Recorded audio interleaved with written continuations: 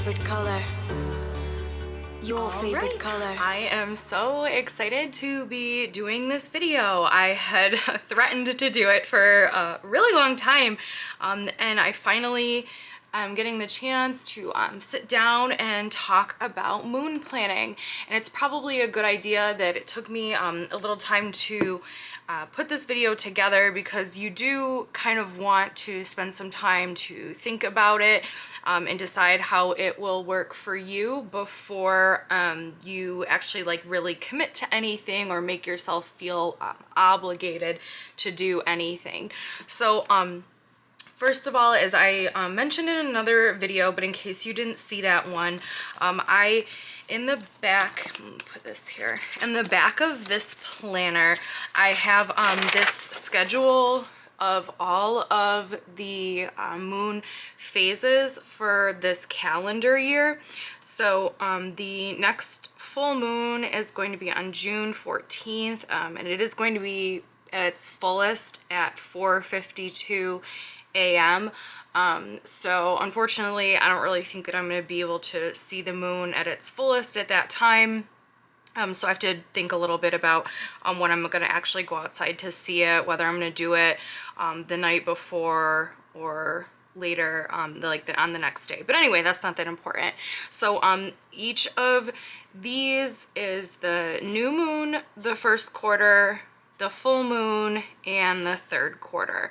And if you talk to people or you watch videos about people that do plan with the moon, they will tell you that basically the new moon is for new beginnings, starting new things, and that the full moon is for reflecting and relaxing and sort of doing like self-care or me time type of stuff. So when I first started moon planning at the beginning of this year, at the beginning of 2022, I was really following that sort of plan. But then another video that I watched made a really good point that was like, see how you feel and kind of think about how you're feeling at different ones throughout the moon cycle, so that you can figure out if those things are going to work for you or not, and you can like go back and make changes. And so that's what I've done over the last couple of months, and I have a pretty good sort of rhythm now as far as the lunar cycle. So I do elsewhere, not in this planner, but I have like a sheet with one sheet is the new moon and one sheet is the full moon, and then I write down the different things that I want to do on each of them. And then over time, as I've kind of adjusted for myself, I've like crossed stuff out and added new things, and it's not really that pretty, so that's why it's not here in this planner. But that is something that I would recommend doing. Hang on a second. Okay, sorry about that. So those pages are not included in my planner here, but I, you know, throughout the lunar cycle kind of make notes about what I'm enjoying doing, what's working for me, what's fun, what is improving my life, and then plan accordingly for the next lunar cycle. And then of course I'm always trying to work my personal goals, my professional goals, and sort of my spiritual goals around the moon cycle. And the only reason that I do it that way is to provide some sort of organization to it, just to make sure that I'm like hitting all these major points in my life. So anyway, after that big preamble, I thought that we could go ahead and start with the month of May here and go through each week. So since there's 4 different like major phases of the lunar cycle, it pretty much crunches out to about 1 each week, which is cool, because then there's always like something to kind of like direct my thoughts and my focus on during any given week. So actually, I don't think I marked this. Oh yeah, the first quarter here was over on this day, and I was actually on a trip with my friend Leah, And so I didn't really like observe that one, I guess. So next week, so this there was a full moon and a lunar eclipse over here on this Sunday, and during the full moon like week, I usually will use this box in my planner to just kind of make general notes about what I want to do, kind of how I'm feeling, some different goals that I might have. So, and then I'll also watch different YouTube videos of like astrology people kind of talking about the lunar cycles and stuff, and write down anything that I find interesting as well. So this one, and this is kind of like my goals, you know, for this whole year, and I've been working on it for a really long time. So I had to, like, I wrote purge baggage and make room for growth. And so I've been doing a really good job of decluttering. And so that's kind of one of the things that I really do focus on, during the full moon is decluttering, donating clothes that don't fit me anymore, getting rid of things that I don't need. And it's been really successful kind of planning that around the full moon, because as I mentioned, it's kind of a time for like retracting and reflection. And so when you're going through that reflection, it's a good time to get rid of stuff that you don't need. So that's been successful for me. And then again, since it was Sunday, like I believe the actual full moon was on Monday, I think. I can't remember. It's not that important. But anyway, you know, I used this box again. I wrote, prioritize yourself and your health, drink your detox tea, motivate yourself, and just keep growing. So that went really well that week. Then on this next week, I started to think about the new moon, because it's only about, you know, a couple of weeks between each one. And so I didn't write anything in this box here, but this was my birthday week, so it was kind of all wild because of that.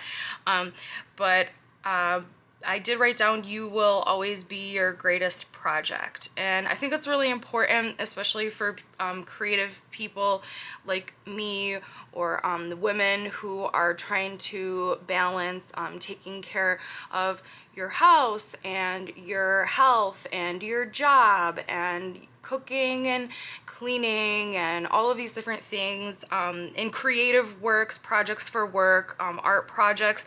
Just always remembering that you are your greatest project. So during this week, I started really actually focusing on meditating and sort of getting in a headspace to start exercising, which, big news, I actually did start exercising. If you follow my channel, you know that's been like a huge thing for me to start doing. So anyway, I focused on meditating, and then as far as my personal observations for the moon cycle and how I like to treat it, I kind of observe the new moon from the weekend before the new moon through the weekend after it. So like kind of 2 weekends in a week. And then we gotta skip forward a little bit. So here's my June dashboard. Nothing too wild going on here. I do have a section for decluttering about each individual thing that I want to declutter during the month of June. Some little sort of fitness exercise reminders, work related things, and then things I can plant in the garden this month.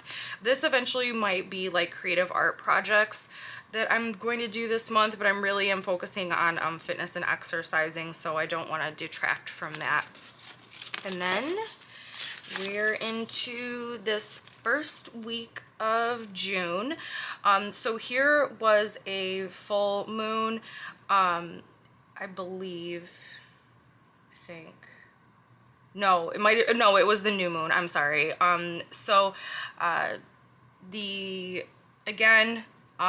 Drinking tea and water, stretching, and getting rid of clutter. Been doing well with it. And then my little habit tracker this week was for meditating. I do believe that I did it every day. I just got lazy about actually crossing it off. And that was everything for this week. And then this is the current week. So this was the first quarter after the new moon, and for myself, I've found that after the new moon, which if you didn't know this, the moon is actually not visible at all during the new moon, so it's kind of weird. But yeah, the moon is completely dark on the new moon, and then the moon begins to grow. And I've found that as the moon is becoming more and more visible in the sky, I feel more positive and motivated, and I do want to start new things, and I get creative ideas and all of that. So the first quarter typically is a time to reaffirm the goals that you've set out, and if it didn't go so well during that first like week-ish from the new moon to the first quarter, you're supposed to like recommit to your goals and you know, revisit them and be excited about them. So here I have, you know, exercise, remove clutter, and plan ahead. And that was an important one for me as well, because that's always something that helps me, I guess, it reduces stress to be planning ahead for things. And there's, you know, Father's Day is next weekend. There's a wedding shower next weekend that I have to go to. So there's all these different things going on. So I need to make sure that I am planning ahead so that those kind of things get done and taken care of. So that's all, you know, up until like this week. And then next week is, of course, the full moon. So I get super excited for the full moon. It is really, really, really exciting for me to see the full moon in the sky. I don't really know why, it just is. No real particular reason for that. I did get a really, really nice camera from my dad for my birthday, so I will be able to get some really good pictures of the moon. It is a super full moon in the sign of Sagittarius, if you believe such things, and I do. So thinking about the sign of Sagittarius and what sort of traits are associated with it, it does help you kind of bring that out of yourself, or to think about incorporating those traits into your life. So this sticker that I got, Sagittarius is adventurous, inspired, and strong-willed. So that's super cool. That'll give me some good things to focus on for this full moon. I'll obviously go outside and take pictures of it and spend time sort of like quiet reflection, looking at the moon. You know, I obviously look at the night hawks there as well, if you saw my video on that. So I'm really looking forward to it. And then in other notes on the full moon planning, I generally I was trying to do like self-care, like, ooh, manicure, pedicure, facial, blah, blah, blah, during the full moon, thinking that those were like self-care things that I wanted to do during that time. But it actually didn't really work out very well for me after a couple of months. It just wasn't really working. And so then I was like, okay, well, I'm just gonna try it during the new moon instead. And I called it like new nails, new hair, new face, new whatever.